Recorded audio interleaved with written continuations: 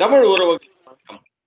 இன்று நம்மோட இணைப்பில் இருப்பவர் the top political analyst from Texas mister Arun அவர்கள். வணக்கம் அருண், எப்படி இருக்கீங்க? வணக்கம் டாக்டர் கணேஷ், அருமையா இருக்கேன். நீங்க எப்படி இருக்கீங்க? நல்லா இருக்கேன் அருண். பெரியார் பிரச்சனை இன்னும் முடிஞ்ச பாடு இல்லை. திருப்பி அதை எழுப்பிக்கிட்டே இருக்காங்க. எப்படி பாக்குறீங்க இதை? ஒரு ஒரு சைடா ஒதுக்கி வச்சுட்டு ஈரோடு கிழக்கு அங்க இருக்கிற மக்களோட பிரச்சனையை பத்தி பேசாம இது ஒரு பெரிய பிரச்சனையா போயிட்டு இருக்கேன். முதல் கட்டமா எப்படி பாக்குறீங்க? இது இந்த பெரியார் அரசியல் தமிழ்நாட்டுல நீங்க சொன்ன மாதிரி 2-3 வாரங்களா தொடர்ந்து போயிட்டு இருக்கு. இதை லைவாவே அவர் 26 வரைக்கும் கேரி பண்ணிட்டு போகணுங்கிற எண்ணத்தோட தான் கொண்டு போயிட்டு இருக்காருங்கிறத நான் பாக்குறேன்.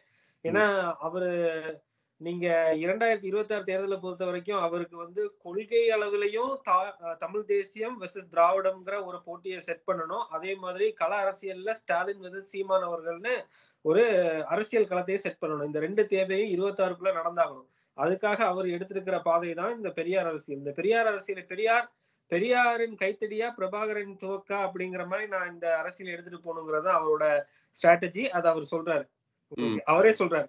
இதுதான் நான் முயற்சி பண்றேன். நீங்க அதுக்கு காரணங்களும் அவர் சொல்றாரு. அதாவது நீங்க பிரபாகரன் அவர்களை நீங்க ஒரு தலைவரா எடுத்து முன்னிறுத்துறதுக்கு உலகம் ஃபுல்லா இருக்கிற தமிழ் இனத்தை ஒன்றிணைக்கிற ஒரு தொப்புள் கொடி உறவு தான் பிரபாகரன் என்கிற ஒரு உணர்ச்சி. அந்த தத்துவம் பிரபாகரன் அவர்கள் எதுக்காக போராடினார்னா, ஒரு தமிழ் என்கிற இனத்துக்காக ஒரு நாடை கட்டணும்னு போராடினவர் பிரபாகரன் அவர்கள். அவரு நடத்தின போராட்டத்திலையும் பெண் உரிமை மற்றும் சமூக நீதி எல்லாத்தையும் கடைபிடிச்சுதான் அவர் ஒரு போராட்டத்தை நடத்தினாரு. ஆனா அவர் எதிர்கொள்ள வேண்டிய இருந்த ஒரு சர்வாதிகார அரசுங்கிறதுனால அவர் ஆயுதத்தை ஏந்த வேண்டிய கட்டாயத்துக்கு அவர் இருந்தாரு. ஆனா பெரியார் அவர்களை பொறுத்த வரைக்கும் நீங்க பாத்தீங்க அப்படின்னா அவர் ஒரு ஜனநாயக கட்டமைப்புக்குள்ள ஒரு தத்துவ ரீதியா கொள்கை ரீதியா ஒரு பிரச்சாரத்தை முன்னெடுத்து கொண்டு போனார். அவரோட கேம்பெயின்லயும் வயலன்ஸ் ஓரளவு இருந்தது. அதாவது ஒரு தனி மனித அத்துமீறல், இந்த ஃபண்டமெண்டல் ஹியூமன் ரைட்ஸ் வயலேஷன் எல்லாம் இருந்தது. அது இருந்தாலுமே அவரு பெரும்பான்மையா இந்த அரசியல் களத்துக்குள்ளேயோ அல்லது ஒரு ஒரு ஆயுத களத்துக்குள்ளேயோ போகாம ஒரு தத்துவார்த்தமா நீங்க கொண்டு போயிட்டு இருந்தாரு. நீங்க இந்த ரெண்டு பேரு பேசுற கோட்பாட்டுல யாரு சிறந்த தலைவன்கிற ஒரு கோட்பாட்டு தான் இவர் எடுத்துட்டு போறாரு, போட்டியை செட் பண்றாரு. இதனாலதான் அவர் என்ன சொல்றாரு, நீங்க பெரியார் அவர்களை நீங்க என்னென்ன விஷயத்துக்காக தமிழர்கள் தலைவனா ஏற்கணும்னு சொல்றீங்களோ அதை விட ஒரு சிறந்த தலைவனா பிரபாகரன் பல விஷயத்துல இருந்திருக்காரு. அதனால அந்த பின்பத்தை நாங்க முன்னெடுத்துட்டு போவோம், அதை கொண்டு போவோம்ன்றதான் அவரோட நிலைப்பாடு. இதுதான் இவர் இந்த ஒரு கொள்கையை நீங்க மக்கள்கிட்ட ஏன் திராவிடத்தை ஏன் மக்கள் ஏற்கணும்னு சொல்லி நீங்க திமுகவும் திராவிட கழகங்களும் பேசிக்கிட்டு இருக்காங்கன்னா அதுல இருக்கக்கூடிய இந்த கூறுகள் தானே, பெண் உரிமை, சமூக நீதி, இந்த மாதிரிப்பட்ட கூறுகள், பகுத்தறிவு, இந்த மாதிரிப்பட்ட கூறுகளுக்காக தானே அவங்க பெரியார் அவர்கள்ன்ற பின்பத்தை முன்னிறுத்துறாங்க. நீங்க எப்பவுமே ஒரு பின்பத்தையோ ஒரு அரசியலையோ நீங்க எதிர்கொள்ளணும் அப்படின்னா அதுக்கு அதை விட சிறந்த ஒரு பின்பத்தையும் ஒரு தத்துவத்தையும் ஒரு கொள்கையையும் நீங்க முன்னிறுத்தினாதான் மக்கள் அந்த கொள்கையில இருந்து இதை பின்பற்ற வருவாங்க. நீங்க அரசியல் ரீதியா இருந்தாலும் சரி கணேஷ், தத்துவ ரீதியா இருந்தாலும் ஒரு கொள்கையை நீங்க விமர்சனம் பண்ணணும் அப்படின்னா அந்த மக்களுக்கு இன்னொரு ஆப்ஷன் கொடுக்கணும். இன்னொரு கொள்கையையோ இன்னொரு ஒரு நல்ல பாதையோ காட்டணும். இந்த போற பாதை மோசம் அப்படி சொல்லிட்டு அவன் எப்படினாலும் முன்னகர்ந்து ஒரு இடத்துக்கு போயிட்டு, மனுஷ வாழ்க்கைங்கிறது முன்னேறி போயிட்டே தான் இருக்கும். அது காலத்தின் ஓட்டத்துல போயிட்டே தான் இருக்கும். ஒரு இடத்துல இருந்து இன்னொரு இடத்துக்கு மாறணும்னா அவர் இன்னொரு ஆப்ஷன் அவனுக்கு வேணும், இன்னொரு தத்துவம். சீமான் கொடுக்கிற ஆப்ஷன் அதுவே கொஸ்டின் மார்க்கா வருது. ஏன்னா அவர் முதல்ல பிரபாகரனையே பார்க்கல அப்படின்னு சொல்றாங்க. அந்த போட்டோ மார்பிங் அப்படின்றதையும் ப்ரூவ் பண்ணிட்டாங்க. கிட்டத்தட்ட அவர் மார்க் பண்ணவரையும் கூப்பிட்டு பேசிட்டாங்க. அதுக்கு மேல இன்னைக்கு பிரபாகரனோட அண்ணன் பையன் வேற பேசியிருக்கிறாரு. ஸோ இதெல்லாம் பார்க்கும்போது அது பேசிக்கே அடிபடுது. அதாவது அவர் சொல்ற ஒரு ஒரு என்ன சொல்றது, அந்த கோட்பாடுகள்லாம் கரெக்டா இருந்தாலும் இஸ் he the right personன்ற இந்த கொஸ்டின் இப்போதைக்கு வந்திருக்கு மக்கள் கிட்ட. அது தவிர்க்கவே முடியாத ஒரு அதாவது he opened a can of worms அப்படின்ற மாதிரி தான் இப்ப பார்க்க வேண்டியதா இருக்கு. இதுல இருந்து அவர் புழைச்சு வருவாருன்னு நீங்க பாக்குறீங்களா? இது இன்னைக்கு நேத்துக்கு இல்ல, அவர் என்னைக்கு அவர் கட்சி ஆரம்பிச்சு பிரபாகர் அவர்களை சந்திச்சு அவர் சந்தித்த விஷயங்களை சொல்லி வரும்போது அவர் கடந்த 14 ஆண்டுகள் காலமாக ஒவ்வொரு கட்டத்திலையும் மிக கடுமையாக விமர்சிக்கப்பட்டிருக்காரு. அது உண்மையே இல்லைன்னு ப்ரூவ் பண்றதுக்கு பல தளத்துல பல நேரங்கள்ல முயற்சி செய்து தோற்றிருக்காங்க. போட்டோ ஒரு புகைப்படம் அது போட்டோஷாப்பா, எடிட் பண்ணலையாங்கிறது ஒரு கேள்வி. ஆனா அவருக்கு தமிழ்நாட்டுல செஞ்ச அரசியலையும் தமிழ்நாட்டு மக்களுக்காக அவரு முன்வைத்த அரசியலையும் தலையில எடுத்துக்கிட்டு எண்ணத்துல எடுத்துக்கிட்டு அவரு தமிழகத்துல இருக்கக்கூடிய இஷ்யூஸ பேசிதான் அவர் 8.2 விழுக்காடு வாக்கு எடுத்திருக்காரு. அந்த 36 லட்சம் மக்களோட வாக்கு வந்து போட்டோஷாப் கிடையாது. அதை ஒத்துக்கிறீங்கல்ல? ஆமா, அதை ஒத்துக்கிறேன். அப்ப அது வந்து நீங்க ஆனா அது எல்லாமே ஒரு பிம்பத்து மேல கட்டமைக்கப்பட்டது. அந்த பிம்பமே உடையுது அப்படின்ற போது அந்த 8.2% வந்து நிலைக்குமா அப்படின்ற ஒரு கொஸ்டின் மார்க் வருது இல்லையா? ஏன்னா இவ்வளோ ஒரு அதாவது வந்து அவர் வந்து பெரியார் அப்படின்ற ஒரு ஒரு ஒரு கட்டமைப்புல முதல்ல ஸ்டார்ட் பண்ணாரு. அதுக்கப்புறம் வந்து வேலுப்பிள்ளை பிரபாகரன்ற ஒரு கட்டமைப்புல எடுத்து மேல போய்கிட்டே இருக்கிறாரு. நான் இல்லைன்னு சொல்லல. ஆனால் அவர் எடுத்து வைத்த அந்த ஒரு ஒரு கட்டமைப்பையே அவரே தகர்க்கிறாரு அப்படின்னும் போது, சரி பெரியார வந்து இப்போதைக்கு தகர்க்கிறாரு. ஓகே, வேலுப்பிள்ளை பிரபாகரனை எடுத்து தோள்ல தாங்கி மேல போயிட்டு இருக்கிறாரு. அப்படி போயிட்டு இருக்கிற நேரத்துல அதுவும் பொய்யி அப்படின்ற மாதிரி மாறி மாறி பேசுறாரு. எல்லாமே பொய்யி. அவர் பண்றது எல்லாமே வந்து என்ன சொல்றது, ஒரு காசுக்கான ஒரு அரசியல் அப்படின்ற மாதிரி பார்க்கப்படுது. அது வந்து இப்ப கொஞ்சம் கொஞ்சமா மக்கள் மனசுல வந்து கீழே விழுந்துகிட்டே இருக்கு. அது வந்து பொய் சொல்லவே முடியாது. ஏன்னா இப்போ சென்னையில ஃப்ரெண்ட்ஸ் கிட்ட எல்லாம் பேசும்போது எல்லாருமே எனக்கு இப்ப வந்து ஒரு டவுட்டா இருக்கு அப்படின்ற மாதிரி நிறைய பேர் பேச ஆரம்பிக்கிறாங்க. இந்த சொல்லுங்க. நாடு கடந்த தமிழீழம்னு ஒரு அமைப்பு இருக்கு. அவங்களுக்கு ஒரு அரசியல் விங் இருக்கு. அது இன்னும் செயல்பட்டு இருக்கு. இவங்கதான் வந்து உலகத்துல இருக்கிற பல்வேறு நார்டிக் கண்ட்ரிஸ், ஸ்காண்டினேவியன் கண்ட்ரிஸ்ல இலங்கையில இருந்து இடம்பெயர்ந்து போன தமிழர்கள் அவங்களுக்கு உண்டான அரசியல் கட்டமைப்பை ஒரு ஸ்ட்ரக்சருக்குள்ள இல்லாம ஒரு ஒரு ஒரு மைண்ட் செட்டா உருவாக்கி வந்து ஒரு அரசியல் அணிங்கிறது ஒண்ணு நடத்திக்கிட்டு இருக்காங்க. அவங்க ஒரு அறிக்கையை வெளியிட்டு இருக்காங்க. அங்க வந்து அவரு போய் என்னென்ன பண்ணாரு, எவ்வளவு நாள் என்னென்ன குரூப் கூட எப்பப்ப பேசினாரு, எந்தெந்த அமைப்புகளை சந்திச்சாரு, அதே மாதிரி மகளிர் அங்க அங்க மகளிர் அணியில இருந்த ஒரு ஒரு போராளி அண்மையில பிரான்ஸ் யூரோப்ல இருந்து அவங்க ஒரு வாய்ஸ் நோட் அனுப்பியிருக்காங்க. அவங்க அங்க வந்து என்னென்ன பேசினாரு, சீமான் அவர்கள் அவங்க கூட அவங்கள சந்திச்ச நேரடியா சீமான் அவர்களை சந்திச்ச ஒரு பெண்மணி பேட்டி கொடுத்திருக்காங்க. அந்த மாதிரி போராளி, அதாவது இந்த 2 விதமான கருத்து நிலவுது இந்த தளத்துல. ஒண்ணு வந்து அந்த போராட்டத்தோட உள்ளேயே இருந்து ஈடுபட்டவங்க எல்லாருமே சீமான் அவர்கள் வந்து சந்தித்ததை வந்து என்டாஸ் பண்றாங்க. புரியுதா? அதே மாதிரி யாருமே வந்து அது வந்து எல்லாருமே ஒத்துக்கிறாங்க. அதுக்கு மேல வந்து அவரு கட்டுற அந்த அந்த அவர் சொல்றாரு இல்லையா, பிரபாகரனை நான் சந்திச்சேன், ஆமக்கறி சாப்பிட்டேன், அதுக்கப்புறம் வந்து நான் அவரோட உரையாடினேன், எனக்கு இந்த மாதிரி எல்லாம் வேண்டுகோள் வச்சாங்க அப்படின்லாம் வந்து நிறைய வந்து கலைஞர்கிட்ட போயிட்டு எடுத்துட்டு போக சொன்னாங்க. அதையெல்லாம் வந்து இல்ல, அவர் வந்து ஒரு அதாவது வந்து ஈழத்துல நடக்கிற பிரச்சனைகளை எடுத்து சொல்ற ஒரு ஒரு நல்ல ஒரு பேச்சாளரா ஒண்டிதான் அவரை வந்து யூஸ் பண்ணிக்கிட்டாங்க. அதுக்கு மேல 1% கூட அவர்கிட்ட எந்த ஒரு அதாவது எந்த ஒரு ஹெல்ப்பும் கேட்கப்படவில்லை. இவரே தான் வந்து இப்படி வந்து என்கிட்ட இது கேட்டாங்க, அது கேட்டாங்க, நான் அது பண்ணேன், இது பண்ணேன்னு சொல்றாரு அப்படின்ற மாதிரி எல்லாம் நியூஸ் வருது. உங்களுக்கு கடவுள் நம்பிக்கை இருக்கா? எனக்கு கடவுள் நம்பிக்கை இருக்கு. சரி, உங்களுக்கு கடவுள் எப்போதும் உங்களுக்கு அருள் கொடுத்தது வந்து நீங்க உணர்ந்திருக்கீங்களா? சம்டைம்ஸ் நான் வந்து அது வந்து நான் ஃபீல் பண்ணியிருக்கேன். நான் சம்டைம்ஸ் ஐ ஃபீல் அப்படின்றதுல எனக்கு ஓகே. நிறைய பேர் கஷ்டப்படும் போது நான் வந்து சரி ஓகே ஓரளவுக்கு சில நேரங்கள்ல அந்த ஒரு ஃபீலிங் வரும். அது எப்படி சொல்றதுன்னு எனக்கு சொல்ல தெரியல. அது வந்து உங்களால ரேஷனலா காம்ப்ரிஹெண்டும் பண்ண முடியாது, உங்களால ரேஷனலா ப்ரூவும் பண்ண முடியாது. அப்படிதானே? உங்களுக்கு கடவுள் உங்களுக்கு கொடுத்த அருளை உங்களால ரேஷனலா ப்ரூவ் பண்ண முடியாது, உங்களால ரேஷனலா காம்ப்ரிஹெண்ட் கூட பண்ண முடியாது. இந்த விஷயம் அதே மாதிரிதான். உங்களுக்கு புரியுதா? அதாவது பிரபாகரன் அவர்கள் சீமான் அவர்களுக்கு கொடுத்த பொறுப்புகளையும் அவர்கிட்ட என்ன என்ன இந்த லட்சிய கனவுகளை கடத்திட்டு போனாரோ அதை ரேஷனலா சீமானால ப்ரூவ் பண்ணவே முடியாது, வேற யாருனாலே ப்ரூவ் பண்ண முடியாது. அது நடந்திருக்கா நடக்கலையாங்கிறதுல டிபேட் வந்து 1000 டிபேட் பண்ணலாம். உங்களுக்கு புரியுதா? ஆனா அதோட ரிசல்ட் இப்ப என்ன? தமிழ்நாட்டுல அதோட அந்த அந்த அவரை முன்னிறுத்தின அரசியலோட ரிசல்ட் என்ன இன்னைக்கு? அதுதான் முக்கியம். அது ஒரு தீமையான ஒரு அரசியலுக்கு எதிராக நின்று செயல்படுது, வெற்றி பெற்றுட்டு இருக்கு, வளர்ந்து வந்துகிட்டு இருக்கு. நீங்க ஒரு பையன் அண்மையில சீமான் அவர்கள் நேருக்கு நேரா சந்திக்கும் போது சொல்றாப்ல என்னன்னா, நான் உங்களை 15 வயசுல இருந்து உங்களை கவனிச்சுட்டு வரேன், உங்க அரசியலை பார்த்துட்டு வரேன். நான் 10ஆம் கிளாஸ் படிக்கிறதுல இருந்து உங்களோட காணொலிகளை வந்து ரேண்டமா ஏதோ ஒரு இடத்துல தான் நான் பார்த்தேன். அன்னையில இருந்து உங்க உங்க உங்க உங்களோட அரசியல் பேச்சுக்களை வந்து கவனிச்சு வரேன். வந்து வளர்ந்து இன்னைக்கு 25 வயசாச்சு அந்த பையனுக்கு. அவன் வந்து நேரா வந்து சீமானை சந்திக்கிறான். சீமானை சந்திக்கும் போது என்கிட்ட வந்து என் மனசுல நிறைய கேள்விகள் எழுந்திருக்கு. அதுக்கெல்லாம் நான் விட தேடி நான் வந்து யோசிச்சுட்டே இருக்கும்போது உங்களோட காணொளிகளை தான் நான் பார்ப்பேன். ஒவ்வொரு காணொளிகளா பார்ப்பேன். அதுல நீங்க எல்லா விஷயத்துக்குமே தமிழ்நாட்டுல நடக்கக்கூடிய விஷயங்கள், தமிழ்நாட்டுல நடக்கக்கூடிய பிரச்சனைக்கு உண்டான சொல்யூஷன் எல்லாமே உங்க காணொளிகள்ல இருந்தா நான் கத்துக்கிட்டேன். நான் பார்த்தேன். என்னென்ன விஷயத்துக்கு என்னென்ன தீர்வுங்கிறது உங்க காணொளிலாம் தேடி தேடி போய் பார்ப்பேன். அப்ப அன்னைக்கு எனக்கு ஒரு நம்பிக்கை என்ன வந்துச்சு அப்படின்னா, ஒரு 40 வயசுல இந்த மாரி ஒரு தமிழ் தேசியம், தமிழ் தேசிய கொள்கைன்னு ஒரு கோட்பாட எடுத்து பிரபாகரன் ஒரு தலைவன காமிச்சு, இந்த கொள்கைய மக்கள்ட்ட சொல்லி இவ்வளவு தூரம் எழும்பி வர ஒரு தலைவனால இந்த அளவுக்கு 8 விழுக்காடு அளவுக்கு வர முடியும் அப்படின்னா, 25 வயசுல நான் இந்த அரசியல் எடுத்துட்டு போனேன்னா, 45 வயசுல இத நான் சாதிச்சு காட்ட முடியாதான்னு கேட்கிறான். உங்களுக்கு புரியுதா? இவன் வந்து பிரபாகரன் அவர்கள பார்த்து வரல. சீமான் அவர்கள் முழுக்க முழுக்க அவரோட என்ன தமிழ்நாட்டுக்கு உண்டான பிரச்சனைகளை எடுத்து பேசுறாரு. அந்த அரசியல்ல அவன் வந்து ஈடுபட்டு தான் இந்த வாக்க போடுறான். இந்த வாக்கியத்த சொல்றான். கடைசியா சத்தியம் செய்து குடுக்குறான். இந்த கொள்கையை தான் நான் எடுத்துட்டு போவேன் முன்னாடி அப்படின்னு சத்தியம் செய்து குடுக்குறான். இதுதான் சீமான் அவர்களுக்கு பின்னால இருக்கிற இந்த அரசியல் போட்ட விதைகள். இதுக்கும் நீங்க சொல்ற போட்டோஷாப் அரசியலுக்கும் பிரபாகரனை போய் நான் சந்திச்சுட்டு வந்தாரு. வந்து அவர் எனக்கு இந்த லட்சியத்தை கொடுத்தாரு, கனவுகளை நான் சுமந்து வர்றேங்கிறதுக்கு எந்த சம்பந்தமும் கிடையாது. இது முழுக்க முழுக்க சீமான் அவர்கள் தமிழ்நாட்டு பிரச்சனையை பேசி வளர்த்த வாக்கு வங்கி.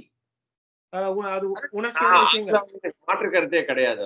அதாவது தமிழர், தமிழ் சார்ந்த அரசியல் வந்து தமிழ் தேசியம்ன்றதை அவர் எடுத்துட்டு போறத எனக்கு வந்து மாற்று கருத்தே கிடையாது. நல்ல ஒரு அரசியல். அதாவது வந்து திராவிட அரசியல்லேருந்து ஒரு வேறு விதமான சித்தாந்தம். அந்த சித்தாந்தத்தை எடுத்துட்டு போகும்போதுதான் வந்து இந்த குளறுபடிகள் வருது அப்படின்னா, அவர் வந்து சித்தாந்தமா வச்சிருந்தா பரவாயில்ல. அவர் வந்து என்ன பண்றாரு அப்படின்னா, ஒரு தனி மனித தாக்குதல். அதுவும் வந்து இன்ஃபேக்ட் வந்து அது வந்து பெரியார வந்து திட்டும்போது, அது வந்து தெலுங்கு பீப்பிள திட்டுற மாரி டைரக்ட்டா அவங்க எடுத்துக்கிறாங்க. ஸோ அப்ப தெலுங்கு பீப்பிள திட்டுறது வந்து கிட்டத்தட்ட 15% பீப்பிள் அங்க இருக்கிறாங்க தமிழ்நாடுல. ஸோ நம்ம வந்து எப்படியா இருந்தாலும் நான் ஒரு முஸ்லீம் பார்க்கறது இல்ல. கிறிஸ்டியன்னு பார்க்கறதில்ல. தமிழ்நாடுல அப்படிதான் இருக்கும். வேரியஸ் லிங்குவிஸ்டிக் பீப்பிள் இருக்கிறாங்க. அவங்கலாம் வந்து தமிழ் தான் பேசுறாங்க. பட் ஒருவேளை வீட்ல வந்து அவங்க தெலுங்கு பேசலாம். நான் இல்லன்னு சொல்லல. பட் அப்படி அவரு வந்து நிந்தனை செய்யும்போது அவங்கலாம் வந்து வந்து அச்சப்படுறாங்க. இது என்ன இது சம்பந்தமே இல்லாம எதுக்கு வந்து இப்படி வந்து தமிழ், தெலுங்குன்னு வந்து ஏன் பிரிச்சு பிரிச்சு பேசுறாரு? அப்படின்ற ஒரு கோபமும் வந்து அதோட சேர்ந்து வருதுன்றத நீங்க ஒத்துக்கிறீங்களா? நான் அதை எப்படி பார்க்கிறேன் அப்படின்னா, இங்க தமிழ்நாட பொறுத்தவரைக்கும் பாலிடிக்ஸ் எப்படி செட் ஆயிருக்கான்னு இந்த எலக்ஷன்ல அவர் வந்து ஃபோக்கஸ் பண்ணிட்டாரோ? ஒரு ஒரு ஒரு அதாவது வந்து ஒரு கூட்டமைப்பா தமிழ்நாடு இருக்கிறத வந்து வந்து கலைக்க பார்க்கிறாரோ? அப்படின்ற ஒரு ஒரு தாட் ப்ராசஸ் மெல்லமா உருவாகுது அது. அத அவர் ரொம்ப கேர்ஃபுல்லா டீல் பண்ணணும் அப்படின்றது வந்து இது இது என்னோட தாட். பட் இருந்தாலும் நீங்க சொல்லுங்க. இல்ல நம்ம தமிழ்நாட்டை பொறுத்த வரைக்கும் பொலிட்டிக்கல் செக்டார்ஸா பல விதமா பிரிஞ்சிருக்காங்க. அவங்களுக்கு ஓட்டு போடுறதுக்கு ஒவ்வொரு பொலிட்டிக்கல் இன்ட்ரெஸ்ட் இருக்கு. அதுல நீங்க சொல்றது என்னன்னா, நீங்க வந்து இந்த மாதிரி போலரைஸ் ஆகுறாங்க. லிங்குவிஸ்டிக் மைனாரிட்டி வந்து இந்த அச்சப்படுறாங்க, போலரைஸ் ஆகுறாங்க அப்படி சொல்றீங்கல்ல. நம்ம என்ன கேட்கிறோம்னா, தமிழ்நாட்டுல இருக்கவங்க எல்லாருமே தமிழர்கள்னு உணர்ந்துக்கிறாங்களா? உணர்ந்துக்கிறாங்கல்ல. உணர்ந்துக்கிறாங்க. ஆமா. உணர்ந்துக்கிறாங்கல்ல. அப்ப நம்ம தமிழர்கள் தான் இங்க இருக்கிறவங்க என்ன மொழி பேசி எங்க இருந்து வந்திருந்தாலும் சரி, எத்தனை ஜெனரேஷன் முன்னால வந்திருந்தாலும் சரி, இன்னைக்கு தமிழ்நாட்டுல இருக்கவங்க தமிழர்களா உணர்றாங்கல்ல. அப்ப அந்த தமிழர்களோட இன்ட்ரெஸ்ட வந்து புரொடெக்ட் பண்ணணும்ல. ஆமா, நிச்சயமா புரொடெக்ட் பண்றதுக்கு அவங்க ரெடியா தானே இருக்கிறாங்க. They feel that they are Tamil அப்படின்ற மாதிரி தானே. எஸ் அதான் நான் சொல்றேன். அவங்க வந்து தமிழர்களா உணர்றவங்க தமிழ் தேசிய அரசியலை எதிர்க்க வேண்டிய அவசியம் எங்க இருந்து வருது? அது அவங்க எதிர்க்கவே இல்லையே. ஆனா வந்து நீங்க இவங்க தானே இப்ப சொல்றீங்க. எடுக்கிறாங்களோ அப்படின்ற ஒரு ஒரு கொஸ்டின் மார்க் வருது இல்லையா? இல்ல அந்த உணர்ச்சி அவங்க நம்மள வந்து வேற ஒரு மொழி பேசுறதுனால தான் நம்மள ஹர்ட் பண்றாங்கன்ற உணர்ச்சி எங்க இருந்து வருது? அவங்களும் தமிழர்கள் தானே. தமிழர்களுக்கான அரசியலா தானே சீமான் பேசுறாரு. கரெக்ட். அவங்க தமிழர்னு ஃபீல் பண்ணாலும் இவங்க வந்து நீங்க வந்து தெலுங்கு பேசுறீங்க. வீட்ல பாருங்க அவங்க போய் தெலுங்கு தான் பேசுறாங்க. அவங்க வந்து தமிழர்கள் கிடையாது அப்படின்ற மாதிரி அவர் யாரு சொல்றாரு? அப்படி எங்க சொன்னாரு?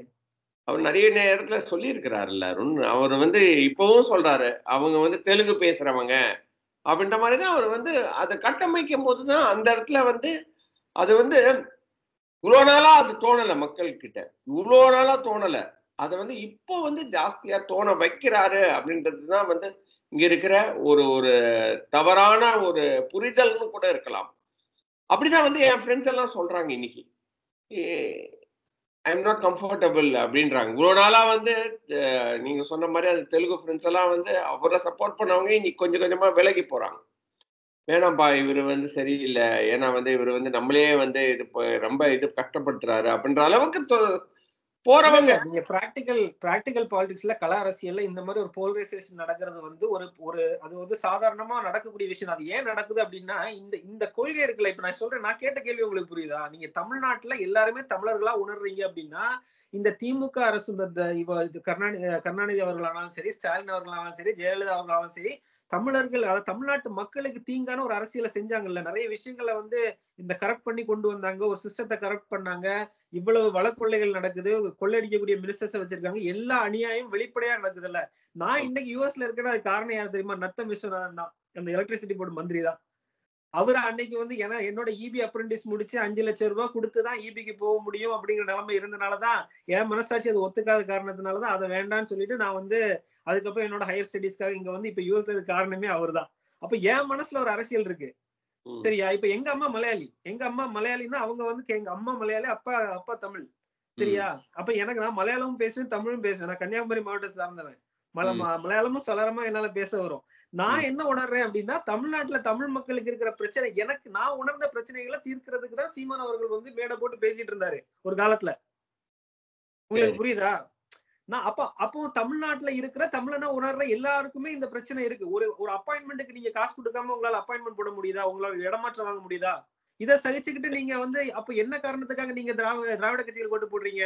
உங்க மனசுல நீங்க வந்து தமிழனா, அதாவது நீங்க வந்து ஒரு தெலுங்கு பேசுறவங்களாவோ இல்ல கன்னடம் பேசுறவங்களோ உணர்றதுனாலதான் இந்த பக்கம் நீங்க வந்து இதெல்லாம் சகிச்சு இந்த பக்கம் போறீங்க.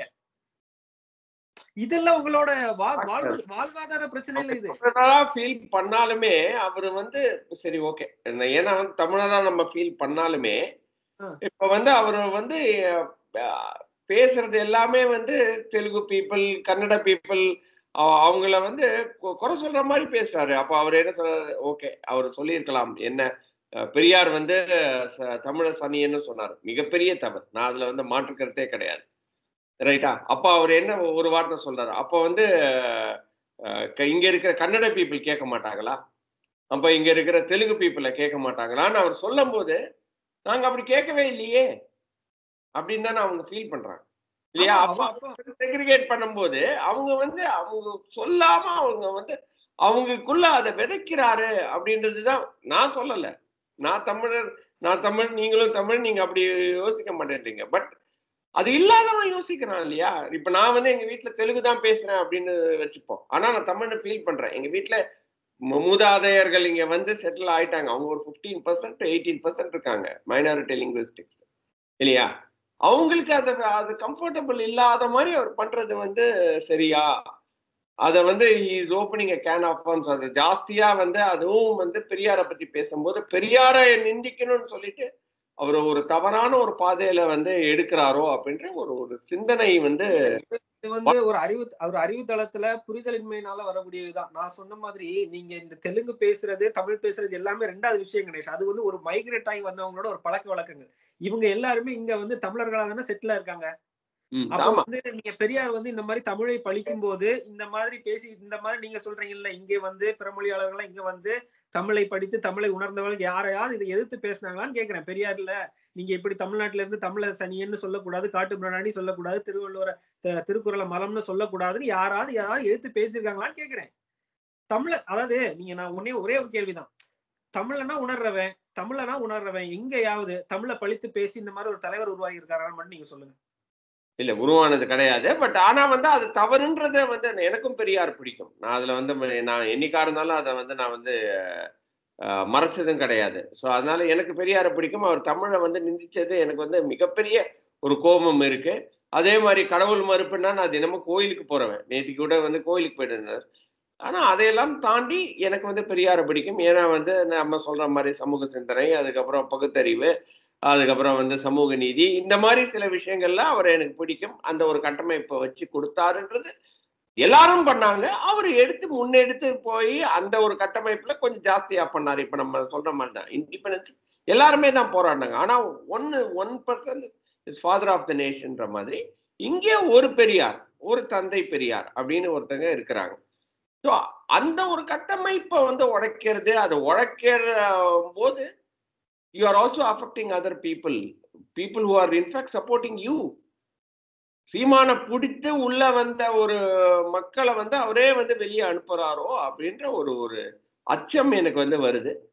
இது ஃபைனலா வரைக்கும் நீங்க என்ன இது சொல்றீங்க? வரைக்கும் தமிழ்நாட்டுல அவர் எடுத்த வாக்கு வங்கியில வந்து பிற மொழியாளர்கள் அவருக்கு சுத்தமா வாக்கு போடல. போட்டிருந்தா கிட்டத்தட்ட ஒரு ஒரு 0.1% தான் போட்டிருப்பாங்க. அவர் பேசுற அரசியல் ஆரம்ப காலத்திலேயே ரொம்ப ரொம்ப வீரியமா இந்த தமிழ் தேசிய அரசியல் எடுத்துட்டு வரும்போது, நீங்க சொன்ன மாரி போல்ரைஸ் சொன்னாங்க. அவங்க அதுக்கப்புறம் என்னைக்குமே சீமான் அவர்களுக்கு போட்டதில்ல.